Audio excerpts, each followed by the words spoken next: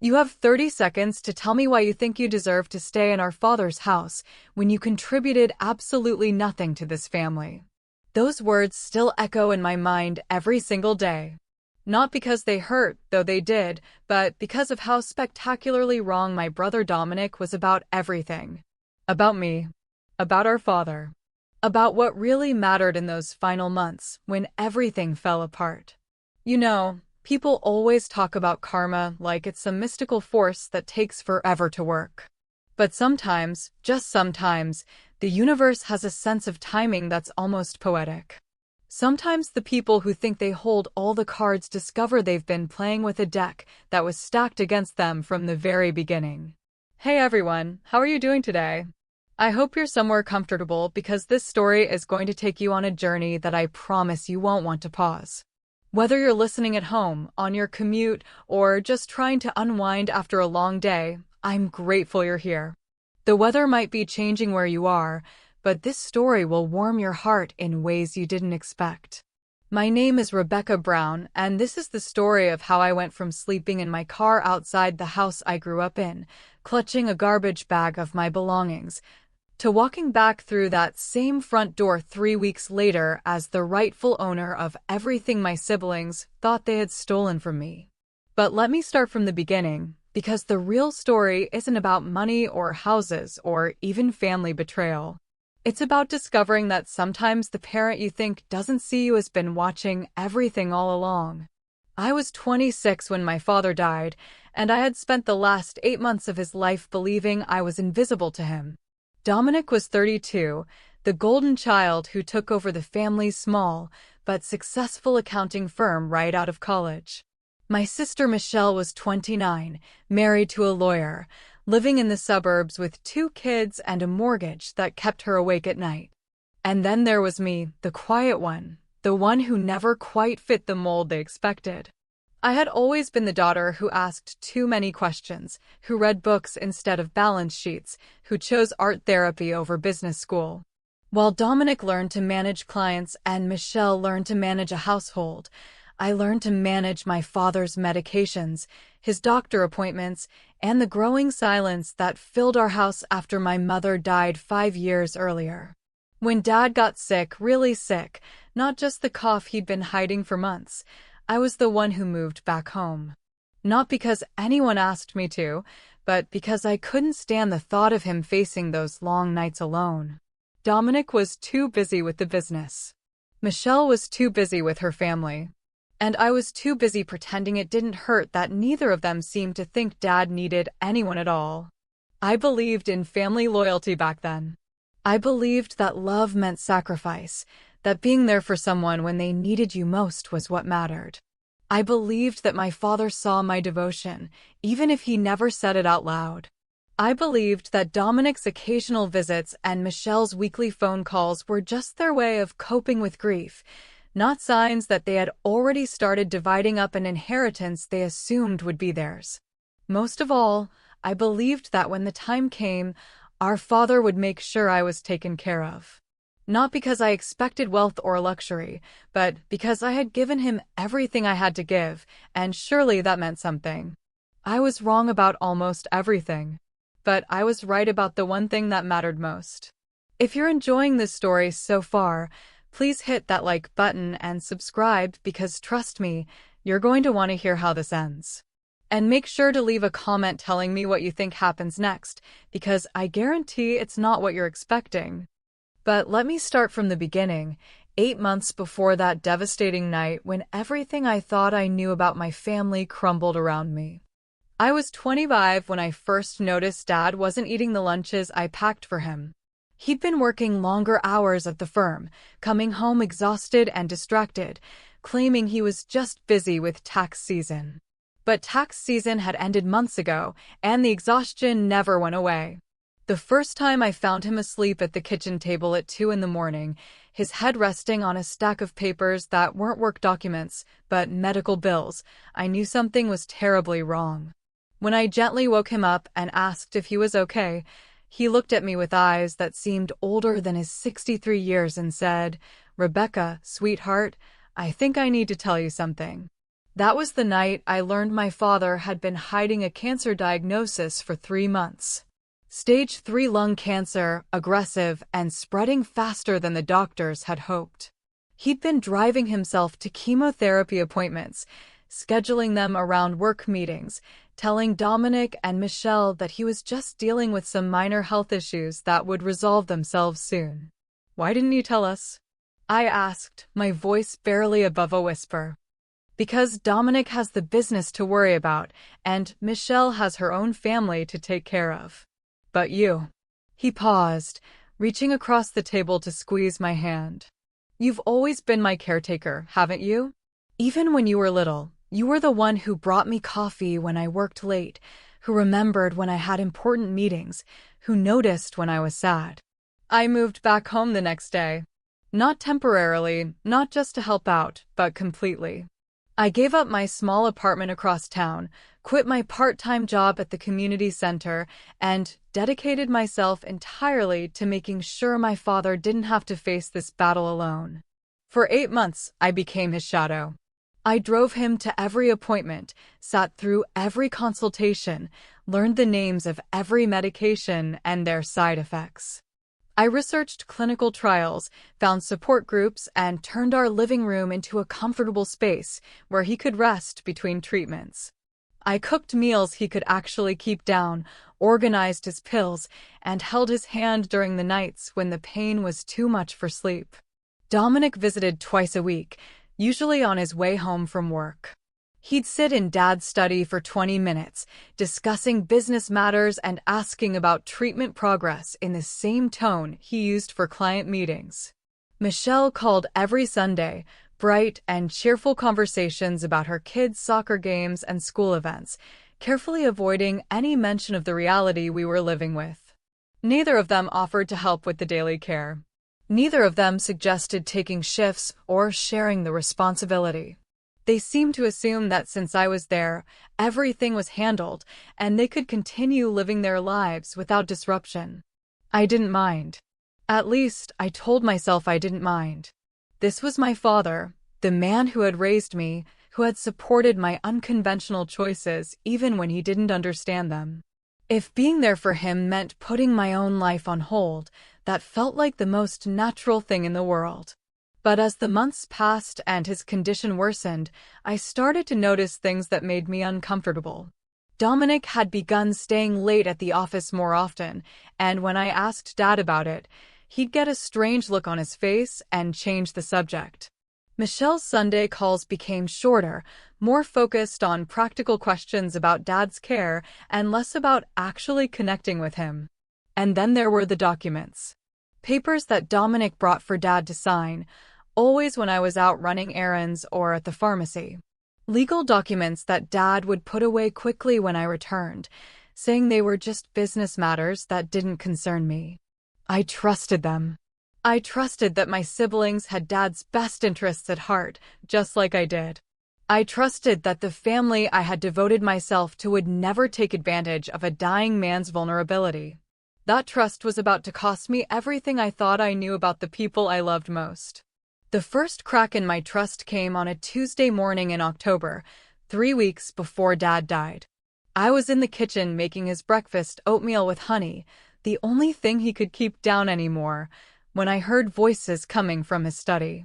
Dominic's voice, sharp and insistent, and Dad's, weaker but firm. "You need to think about this practically, Dad.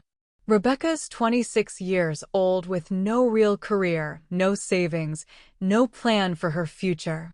She can't live in this house forever. She's been taking care of me for 8 months, Dominic. She gave up everything. And that was her choice. But you have to think about what's best for the family business, for the estate.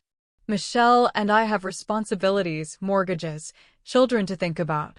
We need to know that everything will be handled properly." I stood frozen in the hallway, the bowl of oatmeal growing cold in my hands. They were talking about Dad's will, about what would happen after he died, about me like I was a problem to be solved rather than a daughter who had sacrificed everything to be here. "Rebecca deserves," Dad started to say, but Dominic cut him off. "Rebecca deserves to build her own life instead of hiding here playing nurse. The kindest thing you can do for her is force her to become independent." When I walked into the study a few minutes later, they both went silent. Dominic was sitting across from Dad's desk with a folder of papers spread between them. Dad looked exhausted, more tired than I'd seen him in weeks. "Everything okay?" I asked, setting the oatmeal down beside Dad's elbow. "Just business stuff," Dominic said quickly, gathering the papers. "Nothing you need to worry about." But Dad was looking at me with an expression I couldn't read. Something between sadness and determination, like he was trying to memorize my face. "Rebecca," he said softly, "you know I love you, don't you? No matter what happens, no matter what anyone says, you know that." "Of course, Dad. I love you too." Dominic cleared his throat. "I should get going. The Henderson account needs those quarterly reports by noon." He kissed Dad's forehead and squeezed my shoulder as he passed. "Take care of him, Becca." After he left, I sat with Dad while he picked at his breakfast. He seemed lost in thought, staring out the window at the maple tree in our backyard that was just starting to turn red. "Dad, is everything okay? With the business, I mean." He was quiet for so long I thought he hadn't heard me. Then he reached over and took my hand. "The business is fine. Dominic's doing a good job. Better than I ever expected, honestly." He paused. "But there are some things, some decisions I need to make. And I want you to know that whatever happens, whatever you hear from other people, I see everything you've done for me.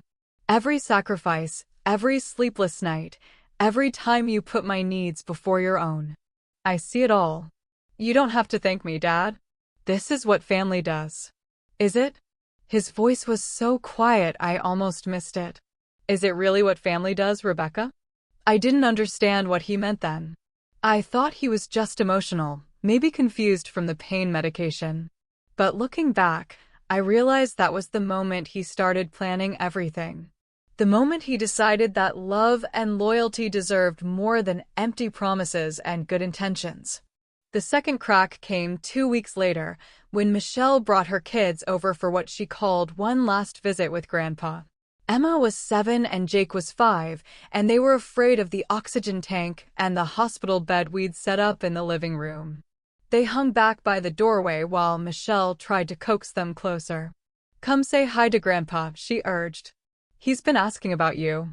But Dad looked so frail, so different from the grandfather who used to chase them around the backyard, that they started crying. Michelle got frustrated, snapping at them to stop being babies, and Dad waved her off. "It's okay," he whispered. "Let them be. This is scary for them." After Michelle took the kids to the kitchen for snacks, Dad turned to me with tears in his eyes. "I wanted to be the grandfather who taught them to ride bikes and took them fishing. I wanted to see them graduate, get married, have children of their own." "You still might," I said, though we both knew it wasn't true. "No, sweetheart. We both know I won't. But I want them to remember me as someone who loved them, not as the sick old man who scared them." He was quiet for a moment. "I want you to remember me that way too. I remember everything about you, Dad. The good days and the hard days. All of it. Even when I wasn't the father you deserved. Even when I worked too much and missed too many school plays and forgot to tell you how proud I was of the woman you became. Especially then. Because you're telling me now." That night, after Michelle left with promises to visit again soon that we all knew she wouldn't keep, Dad asked me to help him to his study. He moved slowly, leaning heavily on my arm, but he was determined to get there. "There's something I need to do," he said, settling into his desk chair with a grimace. "Something important. And I need you to promise me you won't ask questions about it." "Dad, promise me, Rebecca. Please." I promised, even though every instinct told me I shouldn't. I helped him set up his laptop, adjusted the desk lamp so the lighting was better, and left him alone when he asked me to. For the next 3 hours, I heard him typing, stopping occasionally to cough or rest, then typing again. When he finally called me back in, he looked drained but somehow more peaceful than he'd been in weeks. "I need you to give this to someone for me," he said, handing me a small flash drive. "But not yet. Not until after I'm gone. There's a name and phone number in my desk drawer. A lawyer named Patricia Hoffman. She'll know what to do with it. Dad, what is this? It's the truth, he said simply. And someday, when you need it most, it's going to change everything. I wanted to ask more questions, but he was already struggling to get back to his bedroom, and I could see that whatever he'd just done had taken the last of his energy. I helped him into bed, made sure he had water and his medication within reach, and tucked the flash drive into my jewelry box where I knew it would be safe. 3 days later, Dad slipped into a coma. Dominic and Michelle rushed to the hospital, suddenly present and attentive in a way they hadn't been for months. They took turns holding his hand and whispering things I couldn't hear, making up for lost time in those final hours. He died on a Thursday morning while I was in the cafeteria getting coffee. By the time I made it back to his room, Dominic and Michelle were already there, already crying, already making phone calls to arrange the funeral. Where were you? Michelle asked, her voice sharp with grief and something else I couldn't identify. Getting coffee. I was just gone for 10 minutes. He was asking for you, Dominic said quietly. At the end. He kept saying your name. I should have been devastated that I missed his final moments. And I was. But there was something in the way my siblings looked at each other, some silent communication that excluded me completely, that made me feel like an outsider at my own father's deathbed. The funeral was beautiful. Dominic gave a eulogy about Dad's dedication to his business and his community. Michelle spoke about his love for his grandchildren and his pride in watching his family grow. I sat in the front row, listening to them paint a picture of a man I recognized, but somehow felt disconnected from. Neither of them mentioned the 8 months I'd spent caring for him. Neither of them acknowledged the sacrifices I'd made or the bond we'd formed during those final, difficult days. It was as if that entire chapter of his life, and mine, had been erased from the official family narrative. After the service, as people offered their condolences and shared memories, I overheard Dominic talking to our father's longtime business partner, Mr. Rodriguez. The transition should be smooth, Dominic was saying. Dad had everything organized perfectly. The will is straightforward, no surprises or complications. And Rebecca? Mr. Rodriguez asked. How is she handling everything? Dominic glanced over at me, then back at Mr. Rodriguez. She'll be fine. Dad made sure she'll be taken care of, but it's probably time for her to start thinking about her own future. She can't live in the past forever. That night, back at the house that suddenly felt too big and too quiet, the three of us sat around the kitchen table while Dominic pulled out a folder of legal documents. Okay, he said, his voice taking on the businesslike tone he used with clients. We need to talk about practical matters. The will reading is scheduled for Monday, but I've already reviewed everything with Dad's lawyer. It's pretty much what we expected. What do you mean? I asked. Michelle reached across the table and patted my hand. Dad left the house and the business to Dominic and me, Becca. But don't worry, there's a small inheritance for you too. Enough to get you started somewhere new. Started somewhere new? Well, you can't stay here forever, Dominic said, not unkindly but with the finality of someone who'd already made all the decisions. The house is too big for one person and, frankly, we need to think about selling it to settle the estate properly. I stared at them, trying to process what they were telling me. But this is my home. I've lived here for the past 8 months. I took care of Dad. And we're grateful for that, Michelle interrupted. Really, we are. But Dad was very clear about his wishes. He wanted to make sure Dominic could continue running the business without any complications, and he wanted to provide for my children's education. You understand, don't you? I didn't understand. I didn't understand how the man who had held my hand and told me he saw everything I'd done for him could leave me with nothing. I didn't understand how my siblings could sit there so calmly, discussing my displacement like it was a minor logistical issue. But I nodded anyway, because that's what I'd always done. I'd always been the one who went along with what everyone else wanted, who avoided conflict, who trusted that the people I loved would never deliberately hurt me. When do I need to move out? I asked quietly. Well, the will reading is Monday, Dominic said. After that, we'll need a few weeks to get everything sorted out. Maybe by the end of the month. 2 weeks. They were giving me 2 weeks to find a new place to live, to pack up a lifetime of memories, to figure out how to rebuild a life I'd put on hold to care for our dying father. That seems fast, I said. It's actually pretty generous, Michelle said. Most people would expect you to be out right after the funeral. But we know this is hard for you. Hard for me.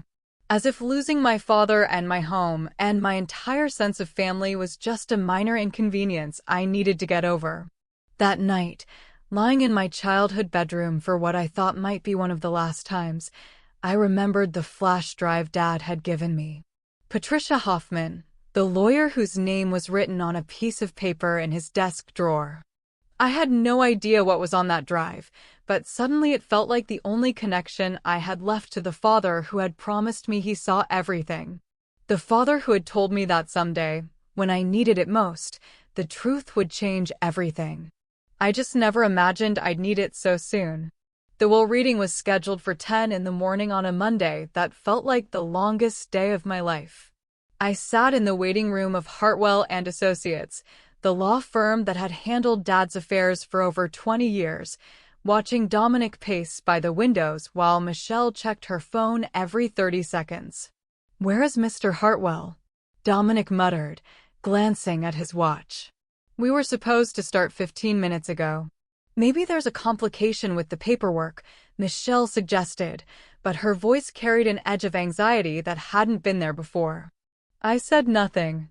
I'd barely slept the night before, turning over Dad's final words in my mind, trying to reconcile the man who had told me he saw everything with the man who had apparently left me nothing. The flash drive felt heavy in my purse, like it was burning a hole through the leather. When Mr. Hartwell finally appeared, he looked older than I remembered, his usually perfect silver hair slightly disheveled and his expression uncharacteristically grim. "I apologize for the delay," he said, gesturing for us to follow him into his office. "There have been some unexpected developments that I needed to verify before we proceeded." Dominic and Michelle exchanged glances. "What kind of developments?" Dominic asked. Mr. Hartwell settled behind his desk and opened a thick folder. "Well, it appears your father made some significant changes to his will in the weeks before his death. Changes that none of us were aware of until this morning." My heart started pounding. "What kind of changes?" "The will you've all been expecting, the one that leaves the house and business to Dominic and Michelle, was indeed signed and notarized 6 months ago. However, your father executed a new will just 2 weeks before his death. This new document supersedes all previous versions." The silence in the room was deafening. Dominic's face had gone completely white, and Michelle was gripping the arms of her chair so tightly her knuckles were bloodless. "That's impossible," Dominic said finally. "Dad was barely conscious those last 2 weeks. He couldn't have been making legal decisions." "I have the medical documentation confirming his mental competency at the time of signing," Mr. Hartwell replied calmly. "Dr. Martinez provided a written assessment stating that your father was lucid and fully capable of understanding the implications of his decisions." "What does the new will say?" Michelle's voice was barely above a whisper. Mr. Hartwell looked directly at me. "Rebecca, your father has left you the house, the business, and the majority of his liquid assets. Dominic and Michelle, you each receive a modest inheritance, enough to cover any immediate expenses, but significantly less than the previous arrangement." The room started spinning. I gripped the edge of my chair, trying to process what I'd just heard. "I don't understand. Why would he change everything at the last minute?" "There's more," Mr. Hartwell continued. "Your father also left specific instructions that certain personal effects and documents in his study are to be given exclusively to Rebecca. He was very clear that these items are not to be shared with or accessed by anyone else. Dominic shot to his feet. This is ridiculous. Dad would never have done this without discussing it with us. Someone must have influenced him, pressured him when he was vulnerable. Are you suggesting that Rebecca coerced your father into changing his will? Mr. Hartwell's tone was sharp. I'm suggesting that someone who spent every day alone with a dying man might have found ways to manipulate the situation to her advantage, Dominic said, his eyes boring into mine. Dominic. Michelle gasped, but I could see in her face that she was thinking the same thing. I never talked to Dad about his will, I said, my voice shaking. I never asked him for anything. I didn't even know he was planning to change it. Of course you'd say that, Dominic snapped. You've been playing the devoted daughter for months, making the rest of us look bad, making Dad feel guilty for our normal, healthy boundaries. And now suddenly you're the sole beneficiary? It's convenient, don't you think? That's enough, Mr. Hartwell said firmly. I understand this is shocking news, but I will not tolerate accusations of elder abuse in my office. Your father was examined by an independent physician before signing this document. He was mentally competent and acting of his own free will. We want to contest it, Michelle said suddenly. This isn't what Dad really wanted. This isn't fair to his grandchildren, to the business he built, to the family he raised. You have every right to contest the will, Mr. Hartwell acknowledged. However, I should warn you that your father anticipated this possibility. He left very detailed documentation of his reasoning, including video testimony that explains his decisions. Video testimony. My heart stopped. The flash drive in my purse suddenly felt like it weighed 1,000 pounds. We want to see it, Dominic demanded. If Dad made some kind of recording, we have a right to know what he said. Actually, you don't, Mr. Hartwell replied. The video was recorded specifically for Rebecca and contains instructions that it should only be viewed by her. Your father was very explicit about this. This is insane, Michelle said, tears starting to flow. He's destroying our family from beyond the grave. Emma and Jake were supposed to inherit something meaningful from their grandfather, and now what? Rebecca gets everything because she happened to be available to play nurse. The word nurse hit me like a physical blow. 8 months of sleepless nights, of holding Dad's hand through chemotherapy, of watching him waste away while they lived their comfortable, uninterrupted lives, and that's what it was to them. Playing nurse. I think we should all take some time to process this, Mr. Hartwell said diplomatically. Rebecca, I'll need you to come back later this week to handle the transfer of assets and review your father's personal instructions. Dominic, Michelle, if you decide to contest the will, you'll need to file within 30 days. As we left the office, Dominic grabbed my arm in the parking lot. I don't know how you did this, but I'm going to find out. Dad built that business from nothing, and I've been running it for 8 years. You don't know the first thing about accounting or client management or... Let go of me, I said quietly. You're going to destroy everything he worked for. You're going to run the business into the ground and lose the house because you have no idea how to handle this kind of responsibility. I said, let go of me. Michelle stepped between us. Dominic, stop.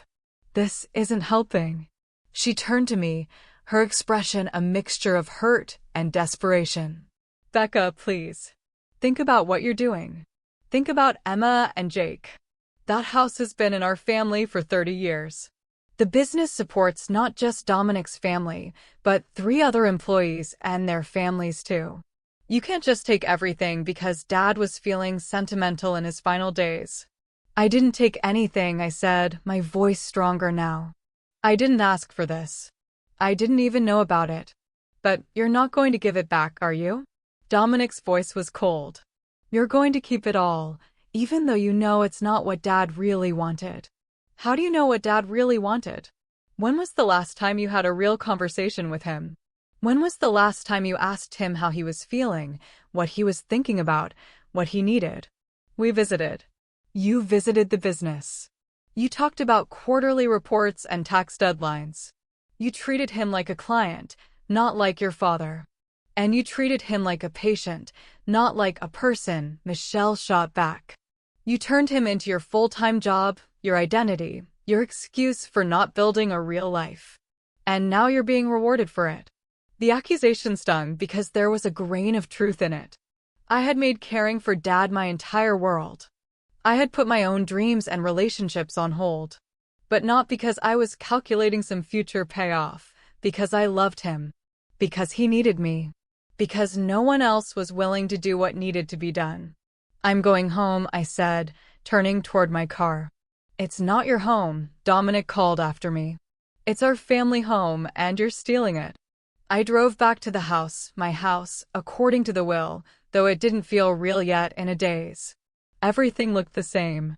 Dad's coffee mug was still in the sink where I'd left it the morning he went to the hospital. His reading glasses were still on the kitchen counter next to a stack of unopened mail. His presence was everywhere, but he was gone, and somehow I was supposed to figure out how to live in this space without him. I went straight to his study and pulled out the flash drive. Patricia Hoffman's business card was exactly where Dad had said it would be, tucked into the corner of his desk drawer underneath a stack of old business cards and expired coupons. I called her number with shaking hands. Miss Hoffman? This is Rebecca Brown. My father was Thomas Brown, and he told me to contact you about a video recording. Rebecca, her voice was warm, relieved. I've been waiting for your call. I'm so sorry for your loss. Your father was a remarkable man. You knew him. He contacted me about 6 weeks before he passed away. He wanted to make sure certain arrangements were in place, certain protections were established. He was very concerned about your welfare. I don't understand. What kind of protections? Why don't you come to my office tomorrow morning? There are some things your father wanted you to know, some explanations he wanted you to have. And there's the video, of course. He spent a lot of time making sure he got it exactly right. That night, I sat in Dad's study, surrounded by his books and his papers and the lingering scent of his cologne, trying to make sense of everything that had happened. My siblings thought I had manipulated a dying man. The lawyer said Dad had anticipated their reaction. And somewhere on the flash drive in my jewelry box was a video that supposedly explained everything. I thought about Dominic's accusation that I had turned Dad into my full-time job, my identity. Maybe that was true. Maybe I had lost myself in caring for him. But if that was manipulation, it was the strangest kind I'd ever heard of, manipulation that involved giving up everything I wanted for myself to make sure someone else wasn't alone in their darkest hours. My phone buzzed with a text from Michelle. We're meeting with the lawyer tomorrow to discuss our options. It's not too late to do the right thing, Becca. Think about what Dad would really want. But that was exactly what I was trying to figure out. What had Dad really wanted? And why had he gone to such elaborate lengths to make sure I got it? The answers were waiting for me in Patricia Hoffman's office, locked inside a video that Dad had recorded during those long hours in his study while I thought he was just trying to stay busy. A video that was about to change everything I thought I knew about my father, my family, and myself. Patricia Hoffman's office was nothing like the imposing law firm where we'd had the will reading. It was small, comfortable, with family photos on the desk and plants on every windowsill. She was younger than I'd expected, maybe 40, with kind eyes and the sort of calm presence that made you feel like everything might actually be okay. Your father came to see me on a Tuesday afternoon in September, she began, settling into the chair across from me. He was very weak, but very determined. He said he needed to make sure you would be protected from what was coming. What was coming? He knew your siblings were going to contest the will. He knew they would accuse you of manipulation, of taking advantage of his illness. He wanted to make sure you had everything you needed to defend yourself. She handed me a thick folder. These are copies of all the medical evaluations confirming his mental competency. Documentation of every meeting we had, every decision he made. Financial records showing that the changes to his will were his idea entirely, not something you requested or even knew about. I flipped through the papers, seeing Dad's signature on document after document, all dated from the weeks when I thought he was just resting or doing light paperwork. There's more, Patricia continued. Your father also had me investigate some things. Financial irregularities in the business that he'd been noticing for months. My stomach dropped. What kind of irregularities? Dominic has been paying himself a salary that's significantly higher than what your father authorized. He's also been using business funds for personal expenses, his mortgage payments, his children's private school tuition, family vacations. Nothing technically illegal, but definitely not what your father intended when he turned over day-to-day operations. Dad knew about this? He'd been tracking it for almost a year. He confronted Dominic about it last spring, and Dominic promised to correct the discrepancies. Instead, the unauthorized withdrawals increased. I thought about all those late nights Dominic had been working, all those documents he'd brought for Dad to sign when I wasn't around. The papers Dominic brought to the house.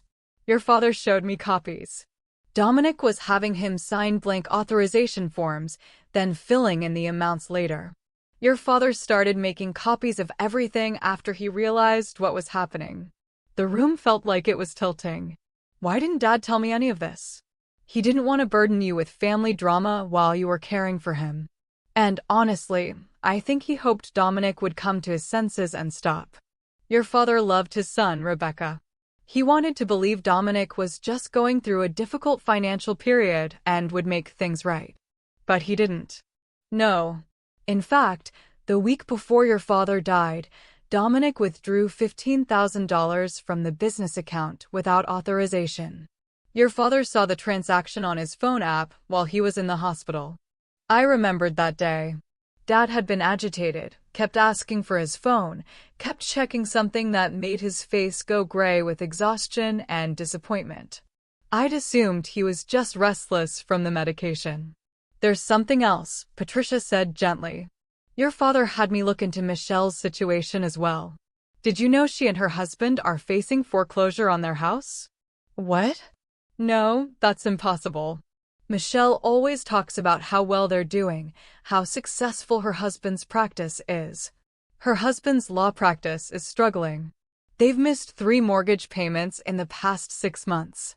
Michelle has been borrowing money from your father's personal account, small amounts at first, a few hundred here and there for emergencies. But in the past 2 months, she's taken over $8,000. I stared at the financial statements Patricia handed me, seeing withdrawal after withdrawal that I'd never noticed. While I was focused on Dad's medical care, my siblings had been systematically draining his accounts. He knew about this too? He knew about all of it. And he knew that if he died without changing his will, Dominic and Michelle would inherit everything and you would be left with nothing, despite being the only one who actually sacrificed for him. But why didn't he just talk to them? Why didn't he give them a chance to explain? Patricia's expression grew sad. He did try, Rebecca. The week before he went into the hospital, he called a family meeting. Do you remember? I did remember. Dominic and Michelle had both canceled at the last minute, Dominic because of a client emergency, Michelle because one of the kids was sick. Dad had been disappointed, but he'd said they could talk later. He never got another chance to talk to them together. And by then, he'd realized that their financial problems were making them see his death as a solution rather than a tragedy. The words hit me like a physical blow. That's not true. They loved Dad. They were grieving. Were they? Or were they calculating? Think about their behavior at the funeral, Rebecca. Think about how quickly they moved to discuss the will, how prepared they seemed for the transition. I thought about Dominic's conversation with Mr. Rodriguez, about how he'd said the will was straightforward with no surprises. I thought about Michelle's calm explanation of why I needed to move out, how she'd had a timeline already planned. They knew what they thought was in the will before the reading, I said slowly. Your father suspected they'd been through his papers. The original will was kept in his desk at home, and he noticed it had been moved. That's when he decided to work with me to create the new version and keep it completely confidential. Patricia pulled out a small digital recorder. He also wanted to make sure you understood his reasoning. This is just audio. He recorded it the day after he signed the new will. She pressed play, and suddenly Dad's voice filled the room, weak but clear. Rebecca, if you're hearing this, it means I'm gone and you're probably confused and hurt by what's happening with your brother and sister. I need you to know that everything I've done because I finally understood what real love looks like. For years, I thought being a good father meant treating all my children equally, giving everyone the same opportunities and the same inheritance. But equal isn't always fair, sweetheart. Dominic and Michelle have taken from me for years, not just money, but time and attention and trust. They've treated my illness like an inconvenience and my death like a business opportunity. But you gave me everything. You gave me your time, your youth, your future. You held my hand when I was scared and made sure I wasn't alone when the pain was too much to bear. You loved me not because of what I could give you, but because of who I was to you. That's the kind of love that deserves to be rewarded, Rebecca. That's the kind of daughter who deserves to inherit not just money and property, but the knowledge that her father saw her, valued her, and trusted her with everything he'd built. The recording ended, and I sat in silence, tears streaming down my face. Patricia handed me a box of tissues and waited while I composed myself. "There's one more thing," she said finally. "The video. Your father spent 3 days recording it, making sure he got everything exactly right. He wanted you to have it not just as explanation, but as evidence. He knew your siblings would try to paint you as manipulative, and he wanted to make sure you could defend yourself." She handed me a laptop. "Are you ready to see it?" I nodded, though I wasn't sure I was ready for anything anymore. Everything I thought I knew about my family had been turned upside down in the span of an hour. My siblings weren't just grieving and confused, they were desperate and calculating. Dad hadn't forgotten about me in his will. He'd been protecting me from people I'd trusted completely. Patricia pressed play, and Dad's face appeared on the screen. He looked tired but determined, sitting in his study with the afternoon light streaming through the window behind him. This was the Dad I remembered from before he got sick, thoughtful, deliberate, choosing his words carefully. "Hello, sweetheart," he said, and his voice was stronger than it had been in months. "If you're watching this, it means I'm gone and your brother and sister are probably making your life very difficult right now. I'm sorry for that. I'm sorry for a lot of things, actually, but mostly I'm sorry it took me so long to see what was really happening in our family." He paused, looking directly into the camera with eyes that held all the love and regret and determination of a father who knew he was running out of time. "I need to tell you some things, Rebecca. Things about Dominic and Michelle that I should have addressed years ago. Things about the business and the money and the choices they've been making. But most importantly, I need to tell you why you're the only one I trust with the life I've built." The video was 43 minutes long. By the time it ended, I understood everything: the financial theft, the manipulation, the way my siblings had been positioning themselves for Dad's death while I was focused on helping him live. But I also understood something else. Dad hadn't just left me an inheritance. He'd left me a weapon. Evidence that would destroy Dominic and Michelle's reputations, their careers, their carefully constructed lives. The question was, what was I going to do with it? My phone had been buzzing throughout the meeting. Text after text from Dominic and Michelle, each one more desperate than the last. "Dominic, we need to talk. This is tearing the family apart. Michelle, please call me. We can work something out that's fair for everyone. Dominic, I've been thinking about what you said yesterday. Maybe we were too hasty. Maybe we can find a compromise. Michelle, the kids are asking about you. They miss their aunt. Don't let Dad's confusion destroy our relationship." But the most recent message was different. It was from Dominic, and it was no longer pleading. "I know what you did. I know how you manipulated him. And I'm going to prove it. Enjoy your victory while it lasts, because it's not going to last long." Patricia saw me reading the messages. "They're scared," she said. "Your father anticipated this too. They're going to get more aggressive before they accept defeat. What do you mean? They're going to try to turn people against you. Friends, family, business associates. They're going to spread the story that you took advantage of a sick old man, that you isolated him from his other children and poisoned his mind against them. But that's not true. Truth doesn't always matter when people are desperate, Rebecca. Your father knew that. That's why he was so thorough with the documentation, so careful with the video. He wanted to make sure you had everything you needed to fight back.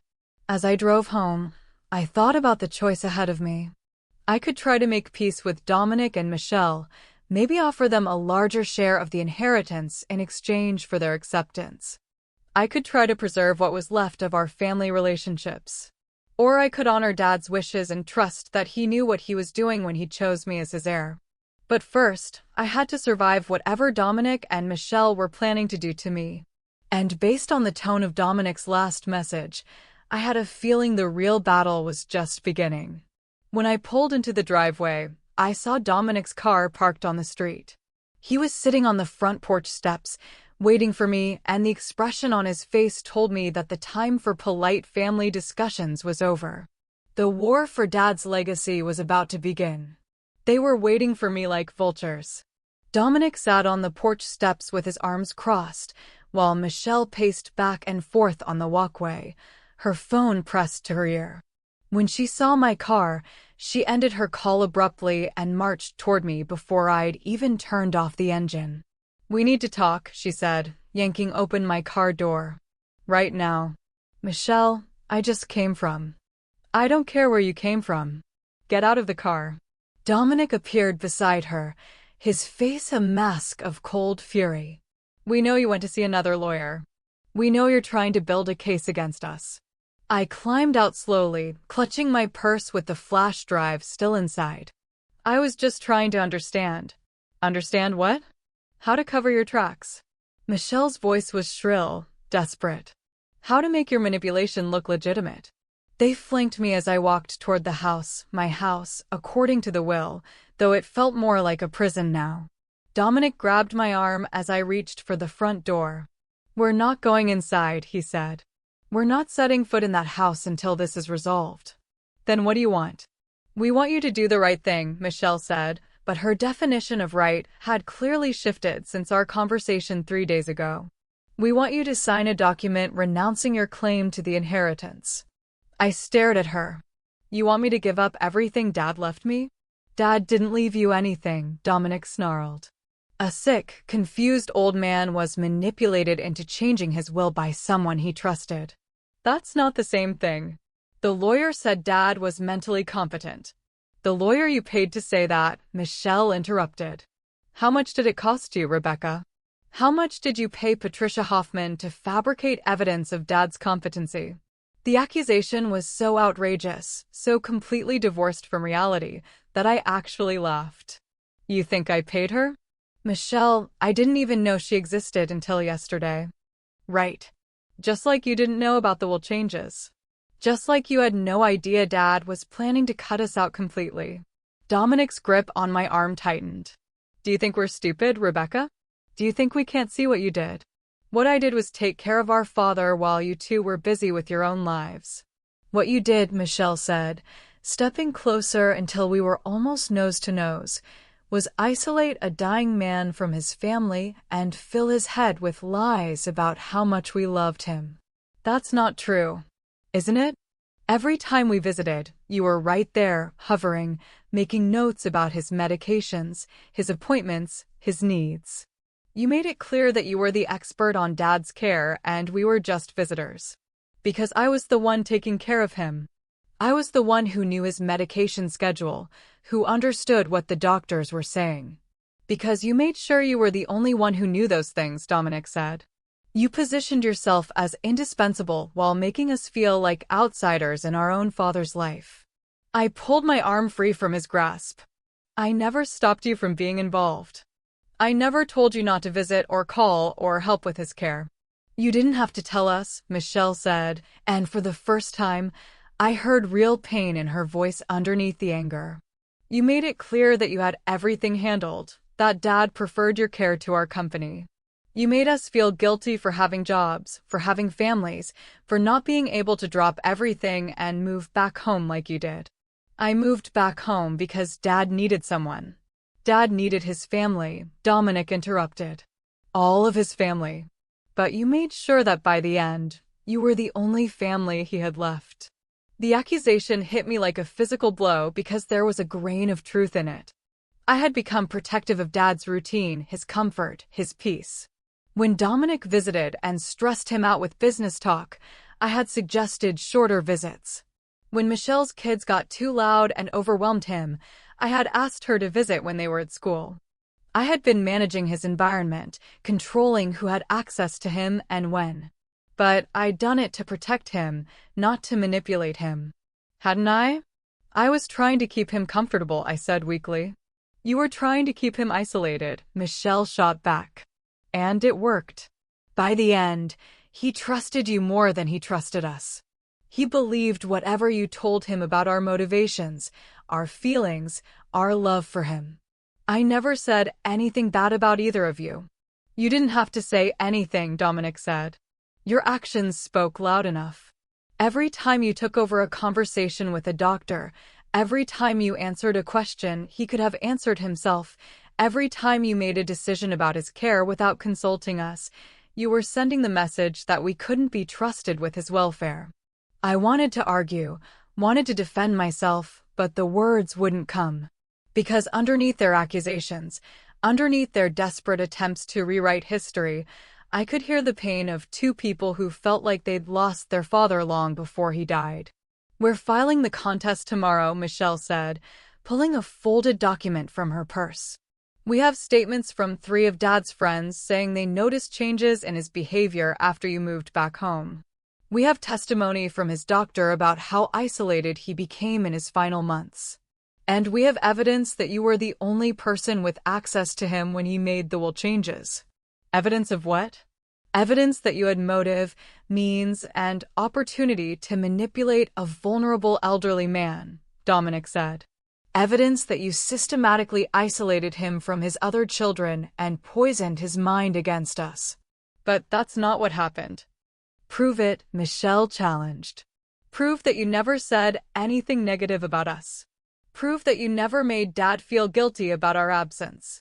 Proof that you never suggested we cared more about his money than his welfare. I opened my mouth to respond, then closed it again. Because the truth was, I had made some of those suggestions. Not maliciously, not as part of some grand manipulation, but in moments of frustration and exhaustion when Dominic's business-focused visits felt cold and Michelle's cheerful phone calls felt superficial. You can't prove it, Dominic said, reading my silence correctly.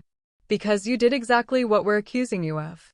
Maybe you didn't plan it, maybe you didn't even realize you were doing it, but you turned our father against us. And now you're going to pay for it, Michelle added. We're going to contest the will, and we're going to win. And when we do, you're going to be left with nothing except the knowledge that you destroyed your own family for money you'll never see. They turned to leave, but Dominic paused at the end of the walkway. You have until Friday to get out of the house, he called back. After that, we're changing the locks and having you removed for trespassing. You can't do that. Watch us, Michelle said. And don't think about taking anything that doesn't belong to you. We'll be watching. I stood in the driveway until their cars disappeared around the corner, then stumbled into the house on shaking legs. Everything looked the same, but everything felt different. The kitchen where I'd made Dad's meals now felt like a crime scene. The living room where we'd watched old movies together now felt like evidence of my manipulation.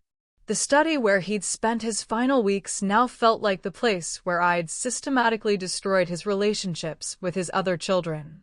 Had I done what they were accusing me of? Had I unconsciously isolated Dad from Dominic and Michelle? Had my protective instincts crossed the line into manipulation? I went to Dad's study and pulled out the flash drive, but I couldn't bring myself to watch the video again. Instead, I sat in his chair and tried to remember those final months objectively, without the filter of grief and love and desperate hope. I remembered suggesting that Dominic's visits were too stressful when Dad was having a bad day. I remembered asking Michelle to call at different times when her usual Sunday calls interrupted his nap schedule. I remembered taking over conversations with doctors because I knew Dad's medical history better than anyone else. At the time, it had all felt like advocacy, like protection, like love. But looking back through the lens of Dominic and Michelle's accusations, I could see how it might have looked like control, like manipulation, like a systematic campaign to position myself as Dad's only true ally. My phone rang, startling me out of my spiral of self-doubt. It was Patricia Hoffman. "Rebecca, I just got a call from Dominic's lawyer. They're moving forward with the contest, and they're not just challenging the will. They're filing for a restraining order to prevent you from accessing any of the estate assets until the matter is resolved." What does that mean? It means they're trying to freeze everything, the house, the business accounts, even your father's personal belongings. If they succeed, you'll be locked out of everything until the contest is resolved, which could take months or even years. The room started spinning. Can they do that? They can try. The hearing is scheduled for Friday morning. We'll need to be prepared to defend not just the will, but your character. They're going to paint you as a predator who took advantage of a vulnerable man. Maybe they're right, I whispered. Maybe I did manipulate him without realizing it. Rebecca, listen to me. I've seen real cases of elder abuse, real manipulation. What you did was care for your father. The fact that Dominic and Michelle feel guilty about their absence doesn't make your presence manipulation. But her words felt hollow. Because the truth was, I didn't know anymore. I didn't know where love ended and control began. I didn't know if my protective instincts had crossed the line into something darker. That night, I lay in my childhood bed, staring at the ceiling and listening to the house settle around me. Every creak, every whisper of wind against the windows sounded like an accusation. Every memory of those final months with Dad felt tainted now, poisoned by the possibility that I had unconsciously manipulated him. By morning, I had made a decision. I couldn't live with the uncertainty, couldn't build a life on an inheritance that might have been obtained through manipulation, even unconscious manipulation. I was going to give Dominic and Michelle what they wanted. I was going to renounce my claim to the inheritance and walk away from everything Dad had left me. It was the only way to prove that I had never been motivated by greed, the only way to show that my love for Dad had been genuine. But first, I had to watch the video one more time. I had to hear Dad's voice explaining his decision, had to understand why he had chosen to trust me with everything he'd built.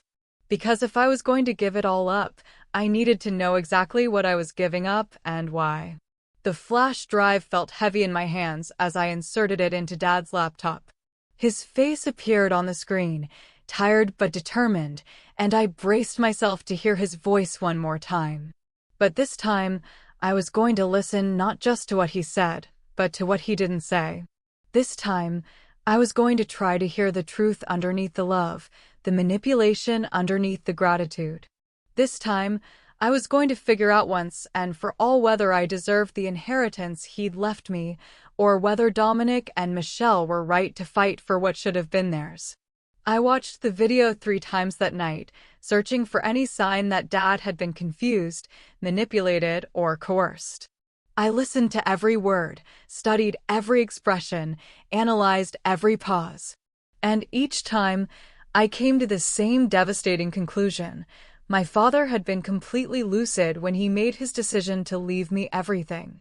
But that didn't answer the question that was eating me alive. Had I unconsciously influenced that decision? By Thursday morning, I had packed most of my belongings into boxes. Dominic and Michelle were right about one thing: I couldn't stay in this house forever, inheritance or no inheritance. Every room held memories that felt tainted now, conversations that I couldn't help but reanalyze through the lens of their accusations. I was in the kitchen, wrapping Dad's coffee mugs in newspaper, when someone knocked on the front door. Through the window, I saw a woman I didn't recognize, middle-aged, professionally dressed, with kind eyes and a gentle smile. "Rebecca Brown?" she asked when I opened the door. "Yes." My name is Dr. Sarah Martinez. I was your father's oncologist. My heart stopped. This was the doctor Dominic had mentioned, the one who had supposedly been concerned about Dad's mental state.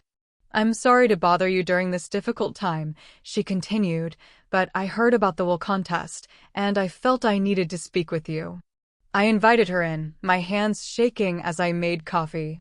This was it, the moment when I would learn the truth about Dad's mental state, about whether Dominic's claims had any merit. I want you to know, Dr. Martinez said, settling into Dad's favorite chair, that your father was one of the most mentally sharp patients I've ever treated, right up until the end. I nearly dropped the coffee pot. But Dominic said you were concerned about his judgment. Dominic asked me about your father's mental competency, yes. But not because I had expressed concerns.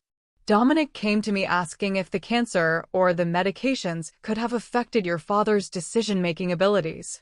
And what did you tell him?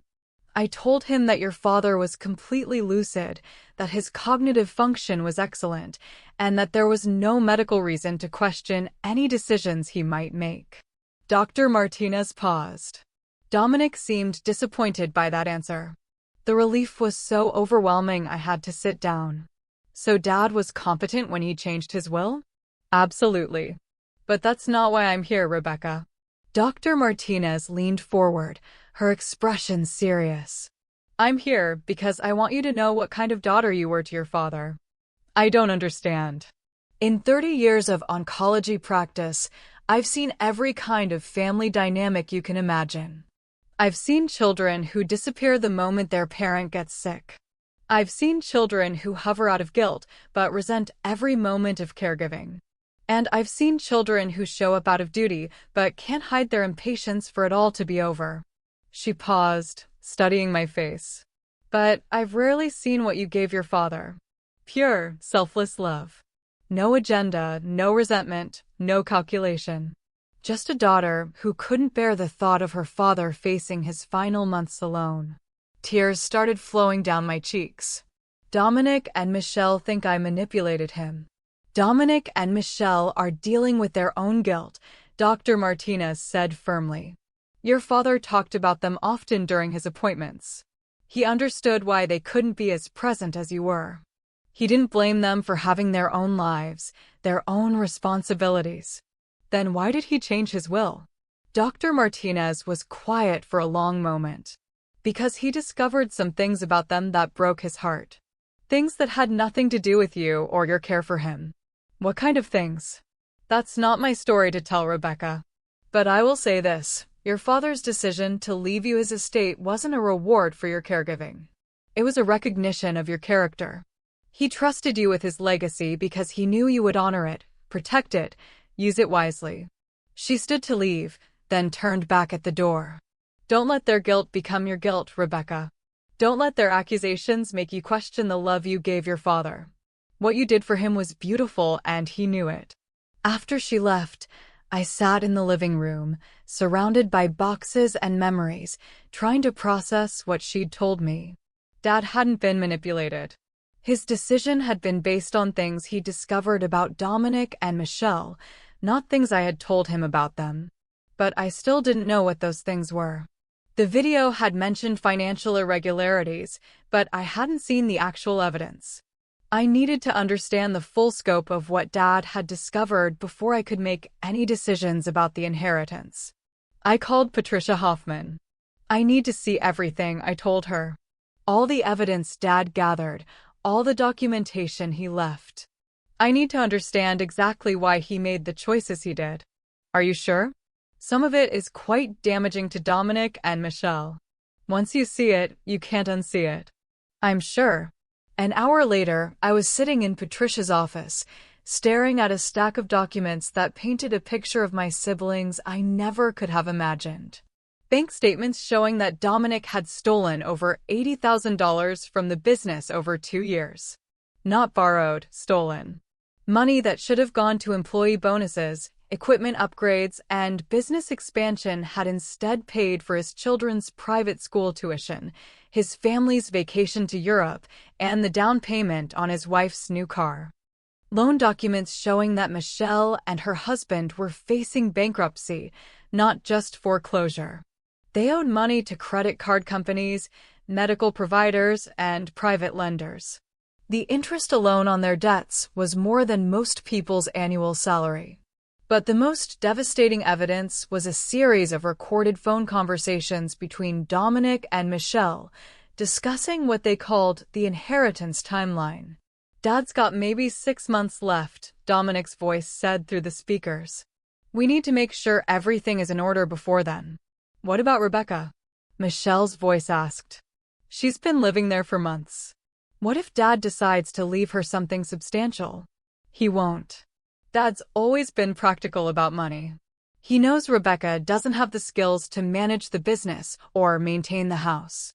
He'll leave her something small, maybe enough for a down payment on a condo. But what if he doesn't? What if all that time she's spending with him makes him feel guilty about our absence? Then we can test it. We claim she manipulated him, isolated him from us, took advantage of his illness.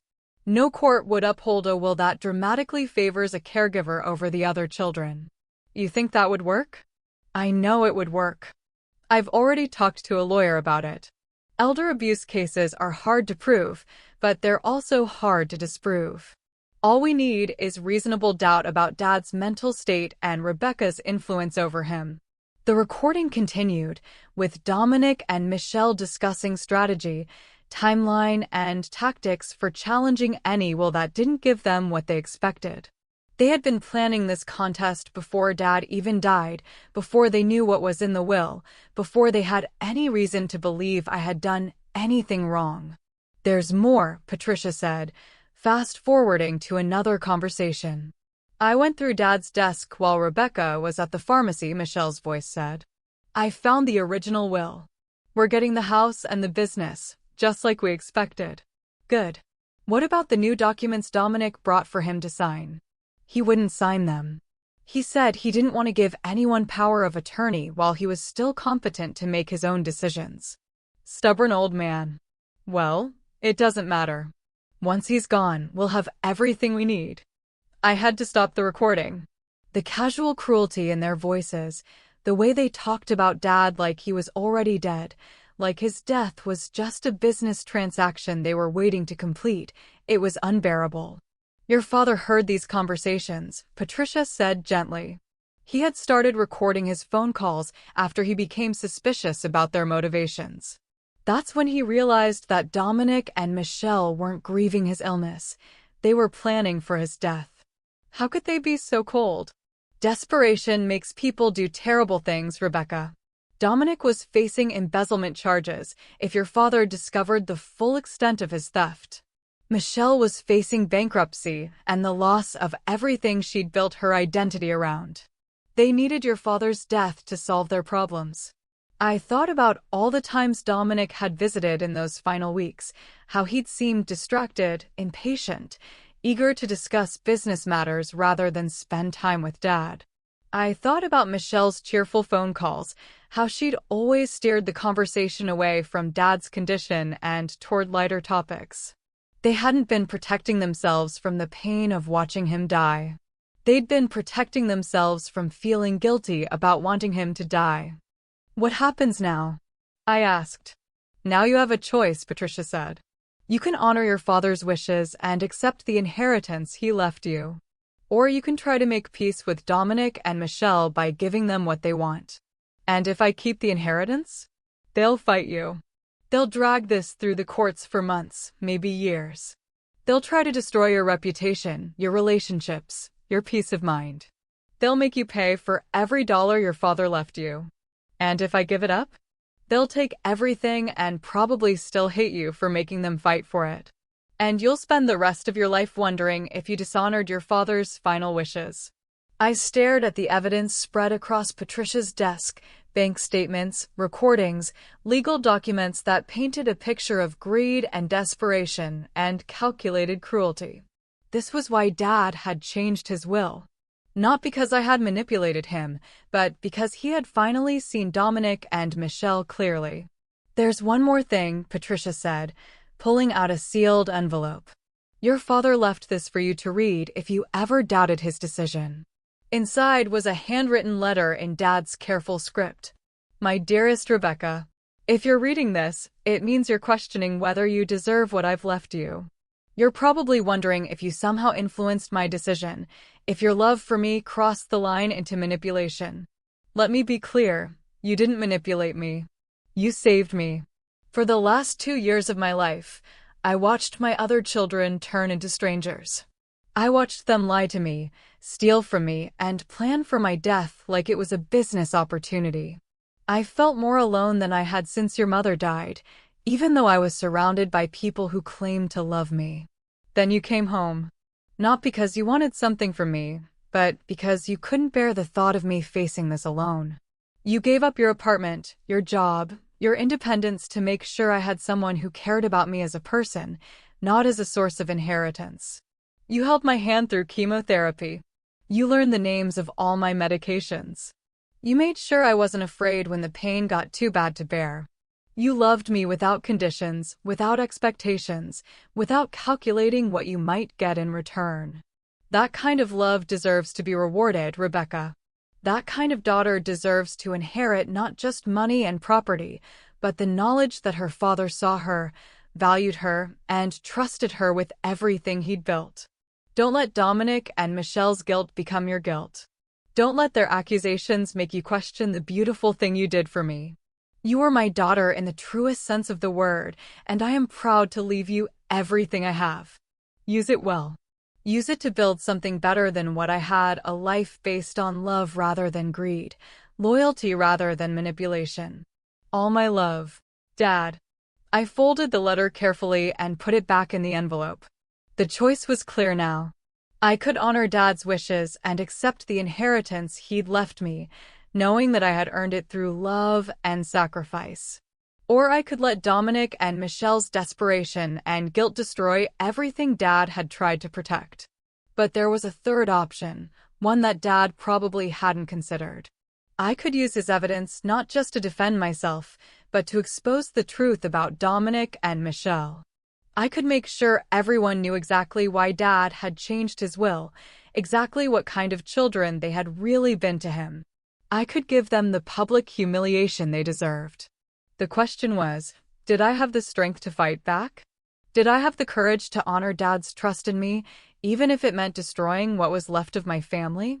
Looking at the evidence spread across Patricia's desk, listening to the echoes of Dominic and Michelle's calculated cruelty, I realized that the family I thought I was trying to preserve had never really existed.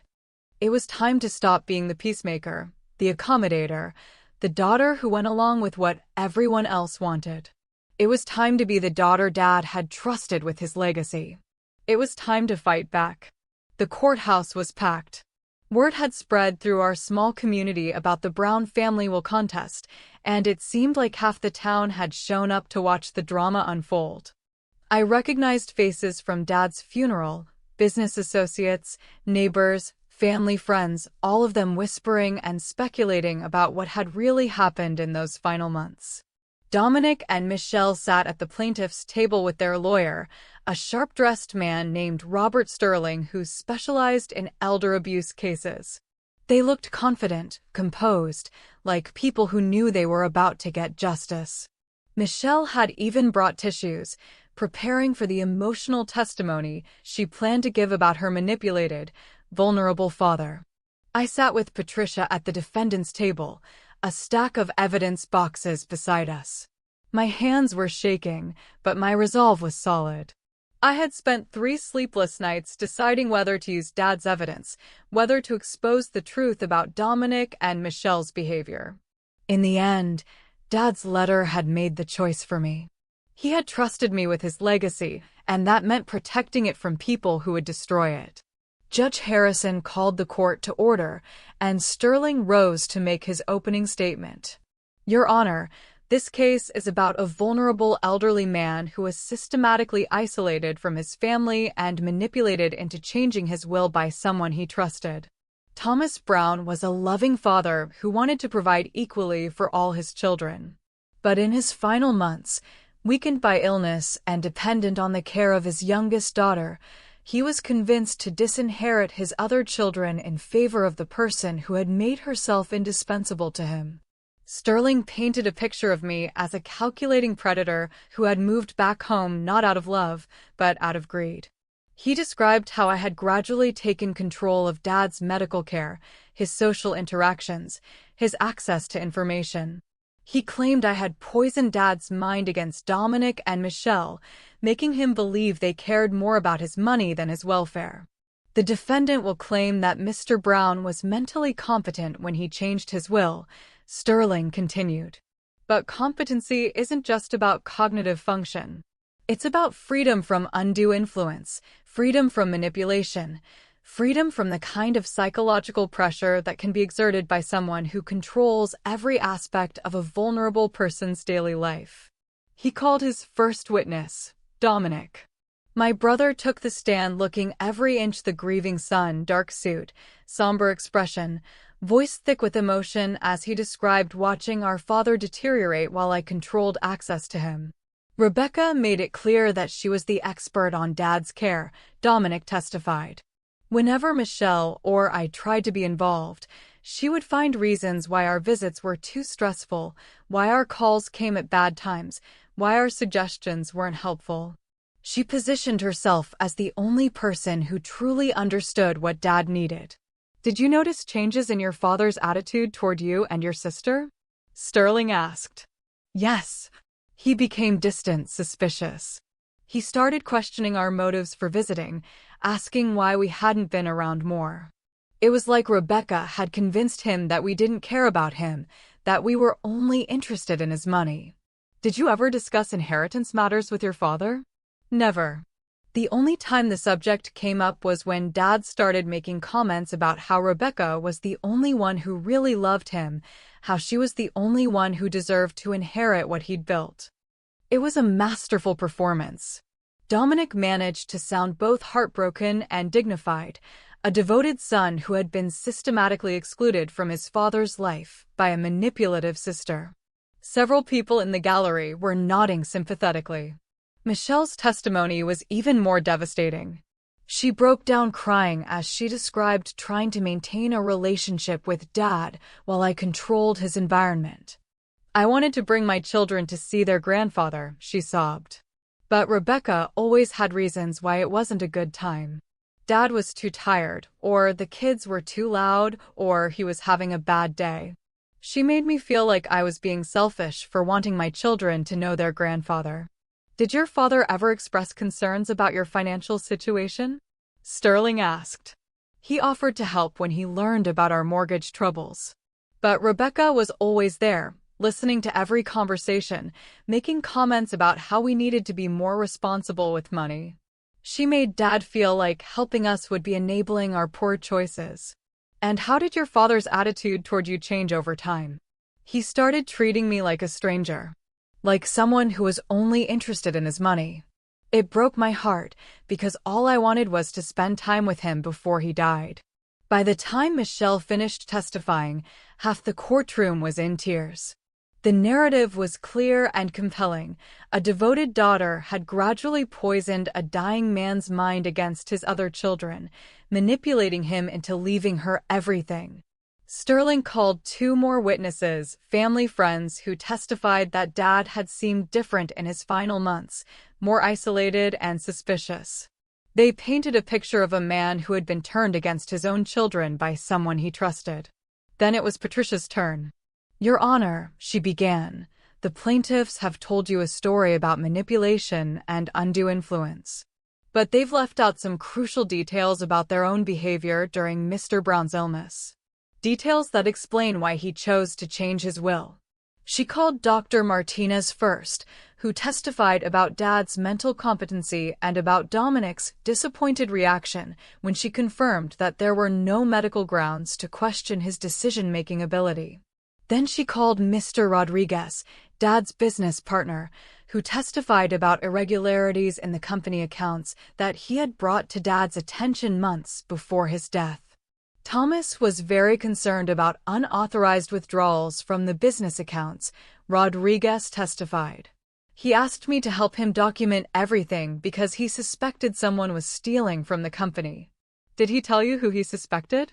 He said it had to be someone with access to the accounts and authorization to make withdrawals. Someone he trusted.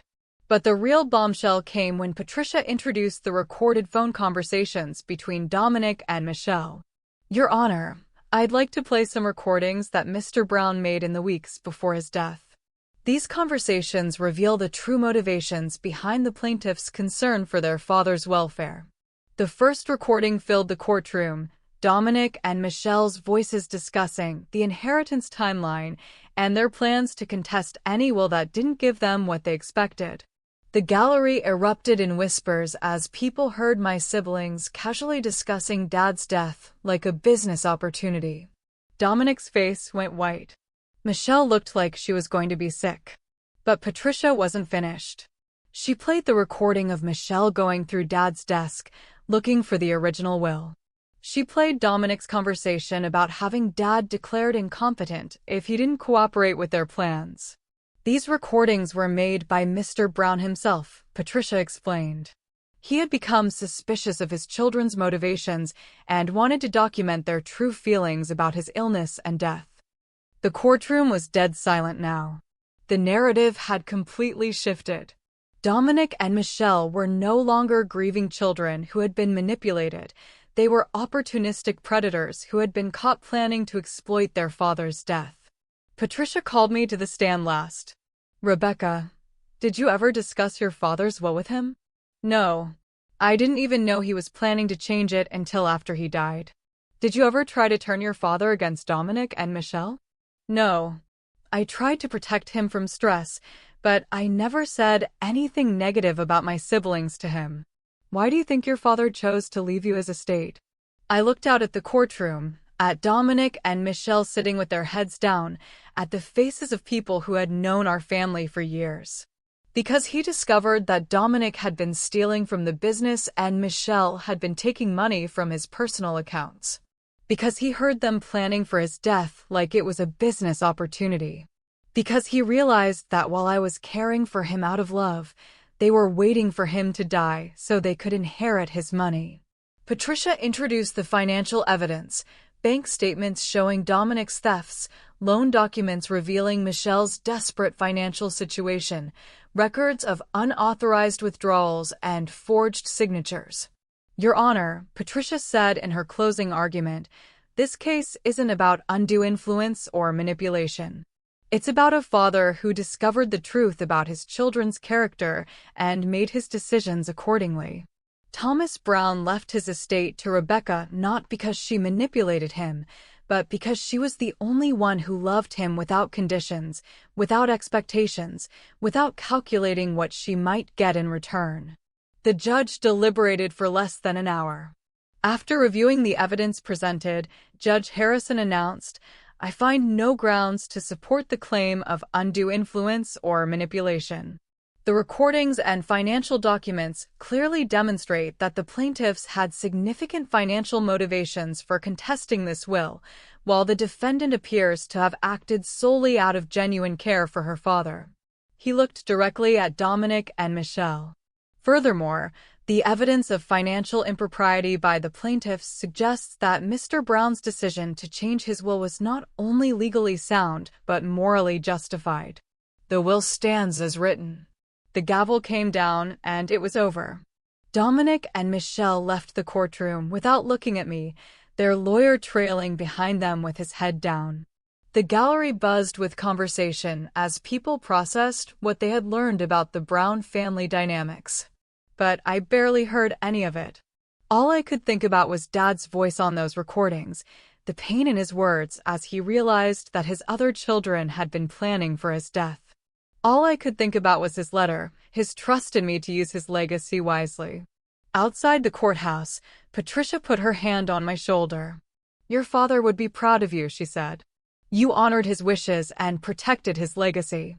I destroyed my family, I replied. No, Rebecca. You revealed the truth about your family. There's a difference. As I drove home, to my house, legally and definitively mine now, I thought about what came next. Dominic and Michelle would never forgive me for exposing their secrets. The business relationships Dad had built over decades would be complicated by the revelation of Dominic's theft. The community that had known our family for years would never look at us the same way. But I also thought about Dad's final words to me, his trust that I would build something better than what he'd had. A life based on love rather than greed, loyalty rather than manipulation.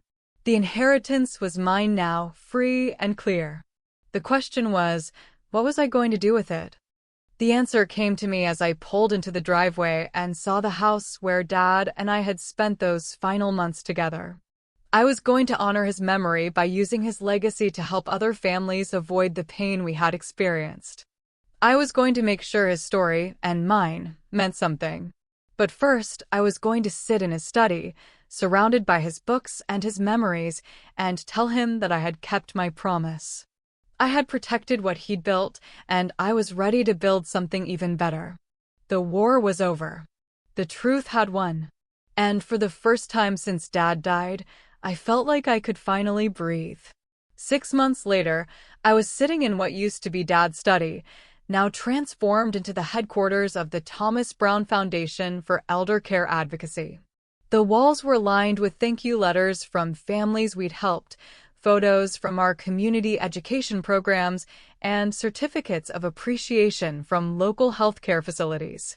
The irony wasn't lost on me that the money Dominic had stolen from Dad's business was now funding programs to protect other elderly people from financial abuse. The house that Michelle thought she deserved was now a resource center where families could get free legal advice about estate planning and elder care rights. Rebecca, my assistant, Maria, knocked on the door frame. The reporter from Channel 7 is here for your interview. I smoothed my dress and checked my reflection in the window.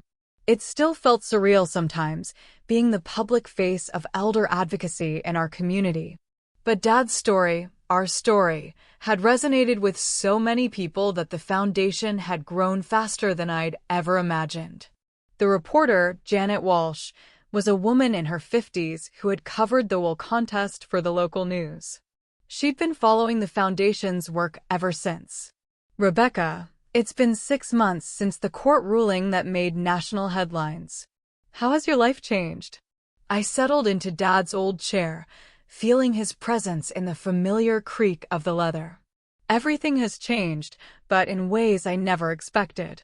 Losing my father was devastating, but discovering the truth about my family was almost worse. I felt like I'd lost everyone I thought I could trust. But you've turned that pain into something positive. Dad always said that the best way to honor someone's memory is to make sure their story helps other people. The Thomas Brown Foundation has helped over 200 families navigate elder care issues, prevented dozens of cases of financial abuse, and provided free legal services to people who couldn't afford to protect themselves. What about your relationship with your siblings? Have you had any contact with Dominic and Michelle since the trial? I paused, thinking about the letter I'd received from Michelle just last week. It was the first communication I'd had from either of them since the courthouse. Michelle reached out recently. She's been in therapy, working through her guilt about what happened with Dad. She's not ready for a relationship yet, but she acknowledged that she and Dominic had lost their way during Dad's illness. That was something. And Dominic? Dominic is facing criminal charges for embezzlement. The business had to be sold to pay back what he stole, but the employees were all able to find new positions. I made sure of that. I looked directly into the camera. Dad built that business to support families, not to fund one person's lifestyle. I wanted to honor that. You could have kept the business, run it yourself. I could have, but that wasn't my calling. Dad left me his legacy, but he also left me the freedom to decide what to do with it. The foundation feels like the right choice. Janet leaned forward. There are people who still believe you manipulated your father, that you somehow orchestrated this entire situation for your own benefit. What do you say to them? I had heard those whispers, seen the comments on social media, felt the stares when I went to the grocery store. Some people would always believe that I had somehow conned a dying man out of his fortune. I say that grief makes people look for someone to blame, and sometimes the truth is more complicated than we want it to be. My father made his decision based on evidence, not emotion. He chose to trust me with his legacy because he knew I would use it to help people, not just myself. Speaking of helping people, tell us about the new program you're launching. We're starting a respite care program for family caregivers. One of the things I learned during Dad's illness is how isolating caregiving can be, how easy it is to lose yourself in someone else's needs. We're providing free support services so that caregivers can take breaks, maintain their own health, and avoid the kind of family conflicts that destroyed my relationship with Dominic and Michelle. After the interview, I walked through the house that had become both my home and my workplace. The living room where Dad and I had watched old movies was now a meeting space for support groups. The kitchen where I'd made his meals was now a demonstration area where we taught families about nutrition for elderly patients. But his bedroom remained untouched, exactly as he'd left it. Sometimes I would sit there in the evenings, surrounded by his books and his photographs, and tell him about the Foundation's work. "We helped the Morrison family today," I would say to his empty chair. Their grandfather was being pressured to sign over his house to a caregiver who was stealing from him. We got him a lawyer and exposed the whole scheme. Or, the support group is up to 15 families now. They're helping each other navigate the same challenges we faced, but they're doing it together instead of alone. I never heard his voice respond, but I felt his approval in the quiet satisfaction of work that mattered, in the knowledge that his death had led to something meaningful. My phone buzzed with a text from Dr. Martinez. "Saw your interview on the news. Your father would be so proud. You've turned tragedy into triumph." Another message came from Patricia Hoffman. "The Foundation's work is getting attention from the state legislature. They want to use your model for a statewide program." But the message that meant the most came from an unexpected source, Michelle. "Watched your interview. You're doing exactly what Dad would have wanted. I'm not ready to talk yet, but I wanted you to know that I see who you really are now. I'm sorry it took me so long." I sat in Dad's study as the sun set outside his window, thinking about the journey that had brought me here.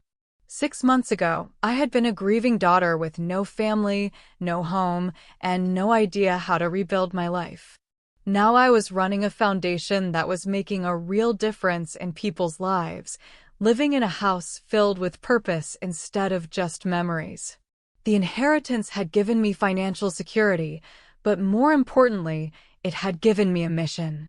Dad's trust in me had been vindicated not just in court, but in the work I was doing every day to honor his memory. My laptop chimed with an email from a woman in the next county. "My mother is in hospice care, and my brother is pressuring her to change her will.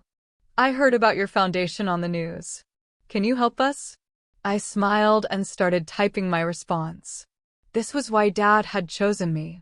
Not because I was perfect, not because I had manipulated him, but because he knew I would use his legacy to help other families avoid the pain we had experienced. "Of course we can help," I wrote. "That's exactly why we're here." As I worked on the case details, I thought about the future. The foundation was growing, the programs were expanding, and there were so many more families who needed our help. I was building something that would outlast me, something that would continue Dad's legacy of caring for people long after I was gone.